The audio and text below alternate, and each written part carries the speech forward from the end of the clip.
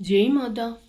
ചരണം ശരണം രമാംബികേ, ചരണം ശരണം ത്രയംബകേ. സീമാതീതമായ അമ്മയുടെ പുത്രവാത്സല്യം കണ്ട് ഞങ്ങളുടെ മനം കുളിർത്തു. കണ്ണുകൾ നിറഞ്ഞൊഴുകി. അമ്മയുടെ ഓരോ വാക്കും അനന്തമായ പ്രേമം ശബ്ദരൂപം ധരിച്ച് പുറത്തു വരുന്നതായി തോന്നി. പ്രേമവും പൊട്ടിച്ചിരിയും ആ മുഖകമലത്തിൽ ഒന്നിച്ചു വിളയാടി. ചിലപ്പോൾ സഖ്യതയുടെ സൗലഭ്യത, ഗോപകുമാരന്മാർക്ക് പ്രേമം നിർലോഭം നൽകിയ കൃഷ്ണന്റെ വശ്യഭാവം, നിത്യഹരിത യുവത്വത്തിൻ്റെ പ്രതീകമായ കൃഷ്ണൻ. ആദ്യകാലങ്ങളിൽ പറഞ്ഞു കേട്ടിട്ടുള്ള അമ്മയുടെ വശ്യമോഹനമായ യുവത്വത്തിൻ്റെ അത്ഭുതകരമായ പ്രസരിപ്പ് ഞങ്ങൾ കണ്ടു. മിന്നൽ വേഗത്തിൽ എൻ്റെ സമീപത്ത് വന്ന് കുനിഞ്ഞു നിന്നുകൊണ്ട് അമ്മ മന്ത്രിക്കുകയാണ്. ഹാ, തപസ്സനുഷ്ഠിക്കണം നീ. എൻ്റെ മഹത് കാര്യത്തിനായി തയ്യാറെടുക്കണം. ദൈന്യതയോടെ കാരന്ത് നോക്കുന്നുണ്ടായിരുന്നു. ആ സാധുവിൻ്റെ ഹൃദയവേദന മനസ്സിലാക്കിയ സർവജ്ഞയായ അമ്മ അദ്ദേഹത്തെ സാന്ത്വനപ്പെടുത്തുമാറ് പറഞ്ഞു. അമ്മയുടെ നാമം മുറുകെ പിടിക്കുക, അത് മതി നിങ്ങൾക്ക്. ആരോഗ്യം അനുവദിക്കുന്നതിനേക്കാൾ ജാസ്തിയായി അമ്മയുടെ പ്രവൃത്തി നിങ്ങൾ ചെയ്യുന്നുണ്ട്. സമാധാനത്തോടെ ഇരിക്കുക. നിങ്ങൾ എൻ്റെ കുട്ടിയാണ്. ശാശ്വത ശക്തിയെ അമ്മയായി ലഭിച്ചപ്പോൾ വിഷാദത്തിന് എവിടെ സ്ഥാനം? ആനന്ദിക്കുക കുട്ടി. അക്ഷയമായ സംസാരത്തിലേക്ക് തിരിച്ചുവരവില്ലാത്ത മുക്തിധാമത്തിലേക്ക് ഈ അമ്മ കൊണ്ടുപോകും. 2 നിമിഷത്തെ മൗനത്തിന് ശേഷം അമ്മ തുടർന്നു. അമ്മയ്ക്ക് ദേഹം വേണമെന്നില്ല. ഈ ദേഹത്തിലിരിക്കട്ടെ, ദേഹമില്ലാതിരിക്കട്ടെ. ഇവിടെ ചരണങ്ങൾ ചൂണ്ടിക്കാട്ടുന്നു. അഭയം തേടുന്ന കുട്ടികളെ ഈ അമ്മ സർവശ്രേഷ്ഠമായ ധാമത്തിലേക്ക് കൊണ്ടുപോകും. ഇത് സത്യം, സത്യം, സത്യം. അതൊരു വിളംബരമായിരുന്നു. അടുക്കള പ്രാന്തത്തിൽ നിന്നും ഉയർന്നു പൊങ്ങിയ ഒരു ദിവ്യവാണി. അസംഖ്യം ശക്തി സ്രോതങ്ങൾ അവിടെ ഒരുമിച്ച് പ്രവഹിക്കുന്നതായി തോന്നി. ആശ്ചര്യമെന്നേ പറയേണ്ടു. അമ്മ സമാധിയിൽ പ്രവേശിച്ചില്ല. ഈശ്വരഭാവം പൂർണ്ണ പ്രജ്ഞയിൽ നിർത്തിക്കൊണ്ട് ആ ബ്രഹ്മസ്വരൂപിണി ഉദ്ഘോഷിക്കുകയായിരുന്നു. അത്ഭുത സ്തബ്ധരായി ഞങ്ങൾ ഇരുവരും നമിച്ചു. ഹാ, എന്തൊരു ദിവ്യ വാഗ്ദാനമാണ് നിങ്ങൾക്കിപ്പോൾ കിട്ടിയത്. ഇതിൽ പരം വലിയൊരു അനുഗ്രഹം വേറെ എന്തു വേണം? കാരന്ത്, നിങ്ങൾ അനുഗ്രഹീതനായി കഴിഞ്ഞു. ജന്മം സഫലമായി. ഞാൻ അമ്മയുടെ തിരുസന്നിധിയിൽ തന്നെ കാരന്തിനോടായി പറഞ്ഞു. അഥവാ ആ ശക്തി തന്നെ എന്നെ കൊണ്ട് പറയിപ്പിച്ചു. അങ്ങനെ പറയൂ. അമ്മ എന്നെ അനുമോദിച്ചു. കുട്ടികൾ പരസ്പരം സത്യത്തെ ഓർമ്മപ്പെടുത്തണം. ഇതിൽ അമ്മ സന്തോഷിക്കുന്നു. സഹോദര, ഇത് എന്നോട് മാത്രമുള്ള വാഗ്ദാനമല്ല, എല്ലാ കുട്ടികളോടുമുള്ള വാഗ്ദാനം. ഇപ്പോഴുള്ളവരോട് മാത്രമല്ല, വരാനുള്ളവരോടും. കാരന്ത് പറഞ്ഞു. ശരിയാണ്, അമ്മ പറഞ്ഞു. എല്ലാ കുട്ടികളോടും, ഇപ്പോഴുള്ളവരോടും ഇനി വരാനിരിക്കുന്നവരോടും ഉള്ള വാഗ്ദാനം. എന്നാൽ നിങ്ങൾ ഇപ്പോൾ കണ്ടവരല്ലേ, നേരിട്ട് ഈ വചനം കേട്ടവരല്ലേ? ഈ നിമിഷം മുതൽ മുക്ത പുരുഷന്മാരെ പോലെ നിങ്ങൾ ജീവിക്കണം. കാമാദികളെ അടുത്തു വരാൻ അനുവദിക്കാതെ, ഭൂതകാലത്തെ ഓർത്ത് കരയാതെ, ഭാവിയിലേക്ക് ആശങ്കയോടെ നോക്കാതെ, കാലാതീതയായ അമ്മയിൽ മാത്രം ജീവിക്കുക. അമ്മയെ കാണാത്തവർ നിങ്ങളിൽ കൂടി അമ്മയുടെ ഒരു കിരണമെങ്കിലും മനസ്സിലാക്കട്ടെ. അമ്മയുടെ പ്രേമത്തിൻ്റെ ഒരു ബിന്ദുവെങ്കിലും അനുഭവിക്കട്ടെ. ജീവിത രഹസ്യത്തിലേക്ക് ഒരു ഉൾക്കാഴ്ച ലഭിച്ച തത്വജ്ഞാനിയെ പോലെ ഒരിക്കൽ കാരന്ത് എഴുതി. അമ്മേ, അങ്ങ് എഴുന്നള്ളുന്നുണ്ടെന്ന ഒരു സന്ദേശം എനിക്ക് ലഭിച്ചു. എന്നിൽ ഹൃദയം തുടികുട്ടി. എനിക്കുറപ്പായിരുന്നു എൻ്റെ അമ്മ നേരെ വരും, എൻ്റെ വീട്ടിൽ പ്രവേശിക്കും. വാതിൽ പടിയിൽ ഞാൻ കാത്തുനിന്നു അക്ഷമയോടെ. അങ്ങേക്ക് സ്വാഗതമരുളാൻ. ഒടുവിൽ അങ്ങ് വന്നു. വളരെ വളരെ അരികിൽ വന്നു നിന്നു. എൻ്റെ വസതിയുടെ ഉള്ളിലേക്ക് ഒന്ന് എത്തി നോക്കി. ഉടനെ പിന്തിരിഞ്ഞ് നടന്നകന്നു. അങ്ങ് എന്നോടൊരു വാക്കുപോലും ഉരിയാടിയില്ല. അമ്മേ, എന്ത് കഠോര ഹൃദയത്തിൻ്റെ ഉടമയാണങ്ങ്, ഞാൻ വിചാരിച്ചു. ശോകം ഗദ്ഗതമായി, പിന്നെ മുറവിളിയായി. ഞാൻ ഉറക്കെ കരഞ്ഞു. കണ്ണുനീർ അണ പൊട്ടി ഒഴുകി. ആ പ്രവാഹത്തിൽ എൻ്റെ ഗൃഹത്തിൽ നിന്നും മാലിന്യത്തിൻ്റെ ഒരു ഭാഗം അങ്ങനെ ഒഴുകിപ്പോയി. അതാ വീണ്ടും വരുന്നു അങ്ങയുടെ ആഗമന സന്ദേശം. ഇത്തവണ തീർച്ചയായും അങ്ങ് വരും. ഞാൻ ആകാംക്ഷയോടെ കാത്തിരുന്നു. വാതിൽപ്പടിയിൽ നിൽപ്പുറപ്പിച്ച് അങ്ങയെ സ്വീകരിക്കാൻ. ഒടുവിൽ അങ്ങ് വരിക തന്നെ ചെയ്തു. എൻ്റെ ഭവനത്തിൽ പ്രവേശിച്ചു. എന്നാൽ അങ്ങ് ഇരുന്നില്ല. ഒരു നിമിഷം മാത്രം പകച്ചു നിന്നു. എൻ്റെ മുഖത്തേക്കൊന്ന് നോക്കി. അത് തുളച്ചു കയറുന്നൊരു പ്രേമ കടാക്ഷമായിരുന്നു. എൻ്റെ കുട്ടി, എന്തൊരു വീടാണിത്! ഇവിടെ നീ എന്തെല്ലാമാണ് നിറച്ചു വെച്ചിരിക്കുന്നത്! പൊള്ളയായ കാഴ്ചവസ്തുക്കൾ, മൂക്കിൻ്റെ ആഭരണങ്ങൾ, ദുർഗന്ധം വമിക്കുന്ന ചപ്പും ചവറും. ഛീ! ഇതാണോ എനിക്കുള്ള സ്ഥലം?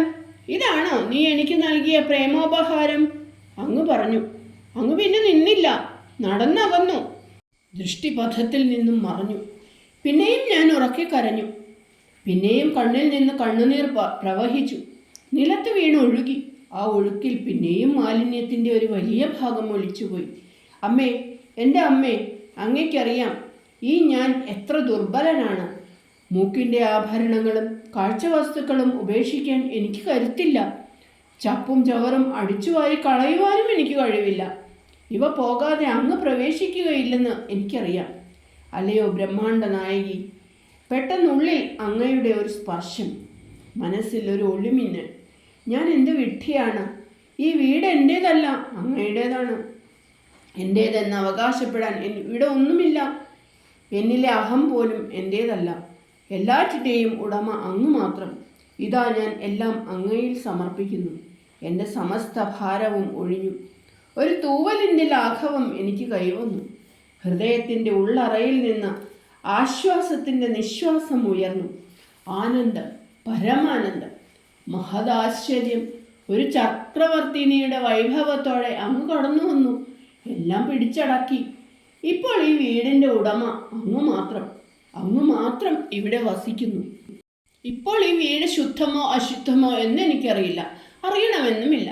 അറിഞ്ഞതൊന്നു മാത്രം, അങ്ങാണ്. അങ്ങ് മാത്രമാണ് വീട്ടുടമ. അങ്ങാണ് ഹൃദയേശ്വരി. അങ്ങാണ് ഭുവനേശ്വരി. വിശ്വപ്രശസ്തി ആർജിച്ച ടാഗോറിൻ്റെ ഗീതാഞ്ജലി വർഷങ്ങൾക്ക് മുമ്പ് വായിച്ചപ്പോൾ മനസ്സിൽ സംജാതമായ അതേ ഭാവം കാരന്തിൻ്റെ ഈ കൊച്ചു ലേഖനം വായിച്ചപ്പോഴും എനിക്കുണ്ടായി. ഇതിലെവിടെയെങ്കിലും കാരന്തിൻ്റെ ഇപ്പോഴത്തെ മൗന രഹസ്യം ഒളിഞ്ഞുകിടപ്പുണ്ടോ? ഞാൻ ഈ എഴുത്ത് പലവരു വായിച്ചു നോക്കി. മാസങ്ങളായി കാരന്തിൻ്റെ ഒരു വിവരവുമില്ല.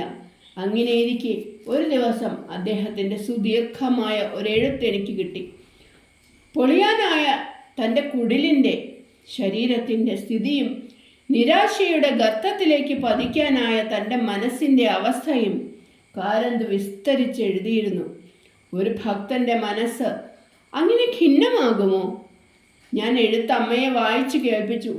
കാരന്തിൻ്റെ എഴുത്തുകൾ വായിക്കുമ്പോഴെല്ലാം അമ്മയുടെ കണ്ണുകൾ നിറയുന്നത് ഞാൻ കണ്ടിട്ടുള്ളതാണ്. ഇപ്രാവശ്യവും അങ്ങനെ തന്നെ സംഭവിച്ചു.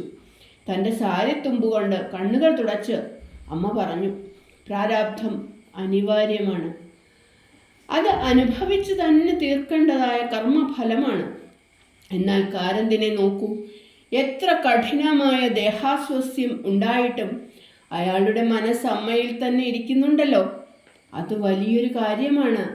ഇടയ്ക്കിടയ്ക്ക് നൈരാശ്യങ്ങളും ഖിന്നതകളും മനസ്സിനെ ബാധിച്ചേക്കും. ആത്മസ്വരൂപം അനുഭവിച്ചിട്ടില്ലല്ലോ. എന്നാലും ഗുരുഭക്തിയാൽ മനസ്സിൻ്റെ സമനില വീണ്ടെടുക്കും. ശരീരത്തിന്മേൽ മനസ്സിന് ആധിപത്യം ചെലുത്തുവാൻ കഴിയുമെന്നതിന് കാരന്തിനെ ഉദാഹരണമായി അമ്മ എടുത്തു കാണിക്കാറുണ്ട്. ആരോഗ്യത്തിനായല്ല കാരന്ത് പ്രാർത്ഥിച്ചിരുന്നത്. ആ ആത്മാവ് മോഹിച്ചിരുന്നത് അമ്മയുടെ സാന്നിധ്യ സുഖമാണ്. കാരന്ത് എഴുതി, സഹോദര, എനിക്ക് സത്സംഗം അത്യാവശ്യമായി വന്നിരിക്കുന്നു. അമ്മയുടെ ചരണങ്ങൾക്ക് സമീപം എനിക്കിരിക്കണം. ആ കൃപാപൂരത്തിൻ്റെ പ്രത്യക്ഷ വലയത്തിലിരുന്ന് ആത്മനിർവൃതി അടയുവാൻ അന്തരംഗം കുതിക്കുന്നു. ഇതെൻ്റെ ആഗ്രഹം. എന്നാൽ ഈ ശരീരം എനിക്ക് തടസ്സമായി വർത്തിക്കുന്നു. അടുത്ത ഭാവിയിലൊന്നും അവിടേക്ക് വരുവാൻ എനിക്ക് കഴിയുമെന്ന് തോന്നുന്നില്ല. എനിക്ക് വേണ്ടി ഒന്ന് പ്രാർത്ഥിക്കണേ. അങ്ങയുടെ അനുഗ്രഹവും എനിക്ക് വേണം. എന്നെപ്പറ്റി ചിലപ്പോഴെല്ലാം ഒന്ന് ഓർക്കൂ. ആ സ്മരണയിൽ അമ്മയുടെ ശക്തി വ്യാപിക്കും. അങ്ങനെ അത് എനിക്ക് സഹായകമാകും. അമ്മയുടെ അനുഗ്രഹവും ഉപദേശങ്ങളും അടങ്ങിയ ഒരു കത്ത് മറുപടിയായി ഞാൻ കാരന്തിന് അയച്ചു. പിന്നീട് മാസങ്ങളോളം ഒരു എഴുത്തുമില്ല. കാരന്തിന് എന്ത് പറ്റി? എനിക്ക് ഉത്കണ്ഠയായി. ഞാൻ വീണ്ടും 2-3 കത്തുകൾ എഴുതി നോക്കി. ഒന്നിനും മറുപടിയില്ല. പേന കയ്യിലെടുക്കാൻ ശക്തിയുണ്ടെങ്കിൽ കാരന്ത് എഴുതും. എന്നാൽ ഈ മൗനം. എനിക്ക് പരിഭ്രമം വർദ്ധിച്ചു. മാസങ്ങൾ വീണ്ടും കടന്നുപോയി. ഒരു ദിവസം ഉച്ചതിരിഞ്ഞ് കാരന്തത കടന്നു വരുന്നു. യാതൊരു മുന്നറിയിപ്പും നൽകാതെയുള്ള വരവ്. ഷെണായിക്ക് പരിഭ്രമമായി. കാരണം കാരന്ത് അതീവ ക്ഷീണിതനായിട്ടാണ് കാണപ്പെട്ടത്. കാരന്തിൻ്റെ രോഗസ്ഥിതിയെക്കുറിച്ച് നല്ലവണ്ണം അറിവുള്ള അദ്ദേഹം കാരന്തിനെ കണ്ടപ്പോൾ പരിഭ്രമിച്ചതിൽ അത്ഭുതപ്പെടുവാനില്ല. തൻ്റെ വീടിൻ്റെ താഴത്തെ നിലയിലെ വിശാലമായ ഒരു മുറി കാരന്തിനായി ഒഴിച്ചു കൊടുത്തു. മണ്ഡലിയുടെ ലൈബ്രറിയായും ആ ഹാൾ ഉപയോഗിച്ചിരുന്നു. കാരന്തിന് വിശ്രമിക്കുവാൻ ഒരു കട്ടിലും തുപ്പുവാൻ ഒരു കോളാമ്പിയും ഭക്ഷണം കഴിക്കുവാൻ ഒരു ചെറിയ മേശയും കസേരയും എല്ലാം അവിടെ സജ്ജമാക്കപ്പെട്ടു. ഞാൻ കാരന്തിൻ്റെ അടുക്ക പോയി കുശലം ചോദിച്ചു. ഇടയ്ക്കിടയ്ക്ക് ചുമച്ചുകൊണ്ടിരുന്ന അദ്ദേഹം എന്നെ നോക്കി ഒന്ന് പുഞ്ചിരി തൂകി. സംസാരിക്കാൻ പോലും അവശത അദ്ദേഹത്തെ അനുവദിച്ചിരുന്നില്ല. ഇപ്രാവശ്യം സുഹൃത്തെ, ഞാൻ വന്നത് അമ്മയുടെ പാദകമലങ്ങളിൽ മരിക്കാനാണ്. ഇനി ജീവിതം കൊണ്ട് ഒരു പ്രയോജനവുമില്ലെന്ന് എനിക്ക് മനസ്സിലായി. അതിനാൽ ജീവിക്കാൻ ഇച്ഛയില്ല. നിർത്തി പതുക്കെ കാരന്ത് പറഞ്ഞു. എന്താണ് ആ സാധുവിനോട് പറയേണ്ടതെന്ന് എനിക്ക് മനസ്സിലായില്ല. ഏതാനും നിമിഷങ്ങൾ ഞാൻ ആ കണ്ണുകളിലേക്ക് നോക്കി നിന്നു. പല ചിത്രങ്ങളും എൻ്റെ മനസ്സിൽ കൂടി കടന്നുപോയി. 1 കൊല്ലം മുമ്പ് ഞാൻ കണ്ടിരുന്ന കാരന്താണോ ഇത്? അമ്മയുടെ 50ാം ജയന്തി ആഘോഷത്തിൽ അദ്ദേഹം പ്രസിദ്ധീകരണ വിഭാഗത്തിൽ വഹിച്ച പങ്ക് ഞാൻ ഓർത്തു. തന്നെ കാർന്നു നിന്നുകൊണ്ടിരിക്കുന്ന ആ മാരകമായ രോഗത്തെ വെല്ലുവിളിച്ചുകൊണ്ട് ടൈപ്പ്റൈറ്ററിൽ അനവരതം വിരലോടിച്ച ആ മനുഷ്യൻ്റെ ഭക്തിയും അർപ്പണബോധവും കണ്ട് ഞാൻ അതിശയിച്ചു നിന്നുപോയിട്ടുണ്ട്.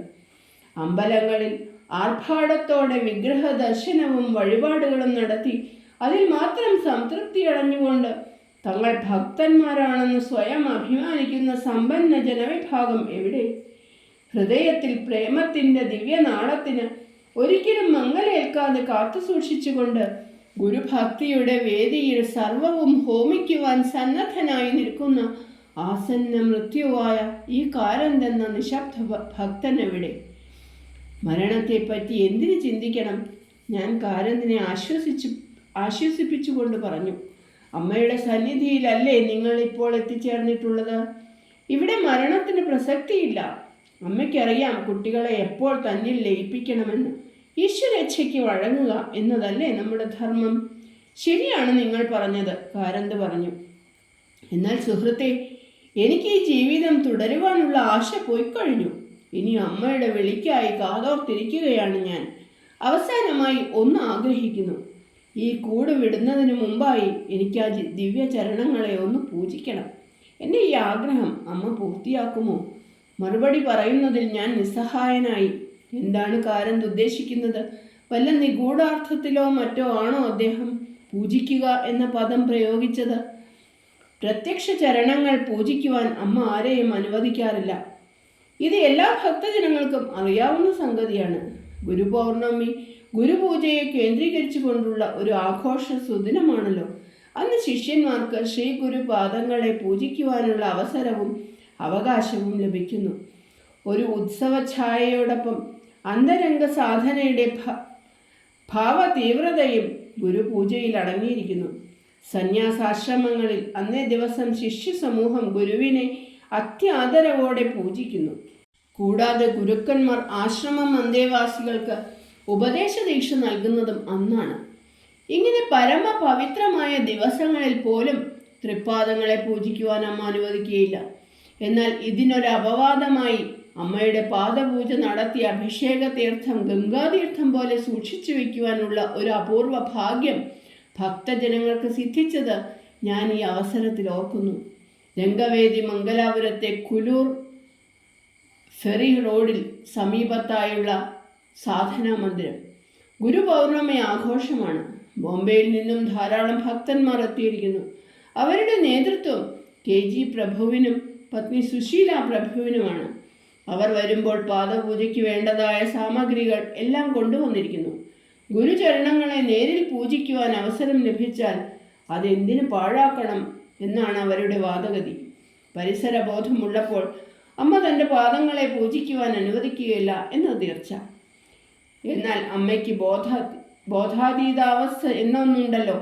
സമാധിയും ദിവ്യഭാവവും ഒന്നിച്ചു വരുന്ന അത്തരം ബോധാതീതാവസ്ഥയിൽ തങ്ങളുടെ അഭിലാഷം സാധിച്ചെടുക്കാൻ കഴിഞ്ഞേക്കുമെന്ന പ്രത്യാശയാണ് അവർക്കുള്ളത്. അങ്ങനെ അമ്മ എഴുന്നള്ളി. ഉച്ചതിരിഞ്ഞ് സമയം 4:30 മണി. ഇഷ്ടദേവനെ മുന്നിൽ കണ്ടുകൊണ്ട് മംഗലാപുരത്തെയും ബോംബെയിലെയും ഭക്തജനങ്ങൾ ഭാവനിർഭരമായ ഗാനങ്ങളും സ്തുതിഗീതങ്ങളും ആലപിക്കുന്നു. പെട്ടെന്ന് ലളിതാംബിക ഭാവത്തിൽ അമ്മ അതാ സമാധിസ്ഥയാകുന്നു. സോഫയിൽ ചമ്രം പടിഞ്ഞിരുന്ന സുഖാസനത്തിൽ ഇരുന്നിരുന്ന അമ്മയുടെ ഇരു കൈകളിൽ നിന്നും ചിപ്ലി താഴെ വീണു.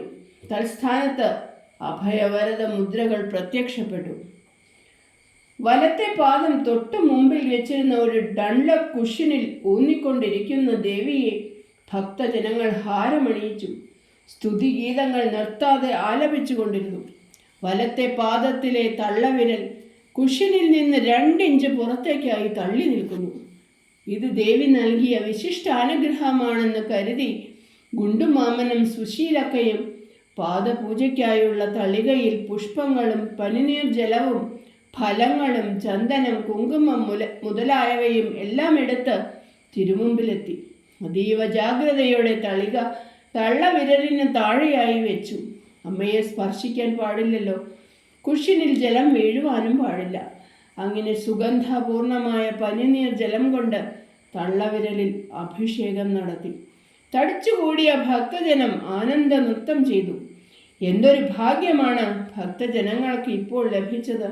ഗുരുചരണങ്ങളെ അബദ്ധത്തിൽ പോലും സ്പർശിക്കാതെ, കുഷ്യനിൽ ഒരു തുള്ളി ജലം പോലും പതിക്കുവാൻ ഇടവരുത്താതെ ഭക്തസമൂഹത്തെ പ്രതിനിധീകരിച്ചുകൊണ്ട് പരമഗുരുവിൻ്റെ തൃപ്പാദ പൂജ മംഗളകരമായി നടത്തിയ പ്രഭു ദമ്പതിമാരെ ഭക്തജനങ്ങൾ മുക്തകണ്ഠം പ്രശംസിച്ചു.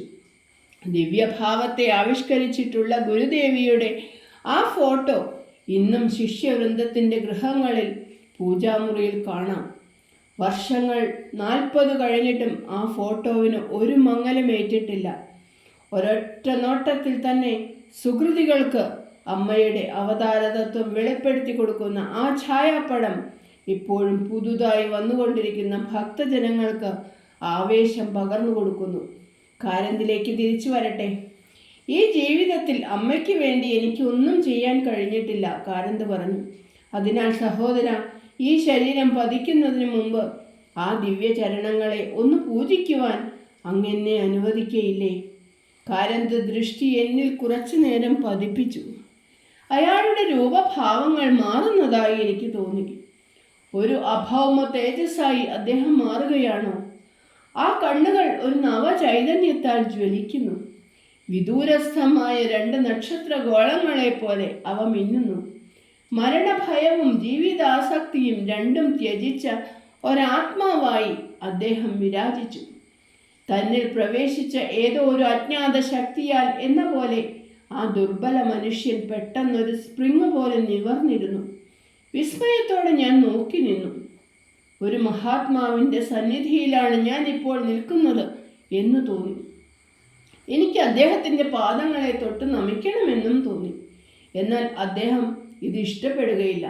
വിശിഷ്യ ഈ അവശസ്ഥിതിയിൽ അദ്ദേഹത്തെ അമ്പരിപ്പിക്കുന്നത് ശരിയല്ലല്ലോ.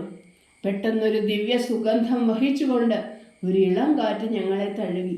നിമിഷങ്ങൾക്കുള്ളിൽ അമ്മ ഞങ്ങളുടെ മുമ്പിൽ എത്തിക്കഴിഞ്ഞു. അമ്മ വീട്ടിൽ നിന്ന് പുറത്തു കടക്കുന്നതും മുറ്റത്തെ കൂടി നടന്നു വരുന്നതും ഞാൻ കണ്ടതേയില്ല. പെട്ടെന്നുള്ള അമ്മയുടെ ആവിർഭാവം എന്നിൽ ആശ്ചര്യമുളവാക്കി. അമ്മയുടെ വിലക്ക് പരിഗണിക്കാതെ കാരന്ത് എഴുന്നേറ്റ് നിന്ന് കൈകൂപ്പി. അമ്മ ഒരു കസേരയിലിരുന്നു.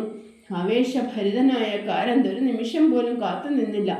അലമാറ തുറന്ന് എണ്ണ നിറച്ച ഒരു ചെറിയ ദീപം കത്തിച്ച് അമ്മയുടെ മുമ്പിൽ വെച്ചു. 2 ചന്ദനത്തിരികൾ എടുത്തു പുകച്ചു. അമ്മയുടെ ദിവ്യ സുഗന്ധത്തിൽ അത് അപ്രസക്തമായിരുന്നു. ഷേണായിയുടെ കൊച്ചുമകൻ രാമദാസ് കൊണ്ടുവന്ന് കൊടുത്ത കുറച്ച് പുഷ്പങ്ങൾ കാരന്ത് കയ്യിലെടുത്തു. ഭാവാധിക്യത്തോടെ അദ്ദേഹം ആ പുഷ്പങ്ങൾ അമ്മയുടെ ചരണങ്ങളിൽ അർപ്പിച്ചു. അമ്മയുടെ കണ്ണുകൾ താനെ അടഞ്ഞു. പുത്രൻ മതി വരുവോളം തന്നെ പൂജിച്ചു കൊള്ളട്ടെ എന്ന് അനുവദിച്ചു കൊണ്ടായിരുന്നുവോ അത്? പൂജയുടെ അന്ത്യഘട്ടത്തിൽ ക്ഷേത്രദേവനെ പൂജിക്കുന്ന അർച്ചകന്റെ ഭാവത്തോടെ കാരന്ത് അമ്മയുടെ മുമ്പിൽ ആരതി ഒഴിഞ്ഞു.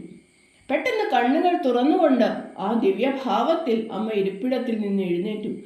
എൻ്റെ കുട്ടി എനിക്ക് നിവേദ്യം നൽകിയില്ലല്ലോ, ശരി എന്താണുള്ളതെന്ന് നോക്കട്ടെ.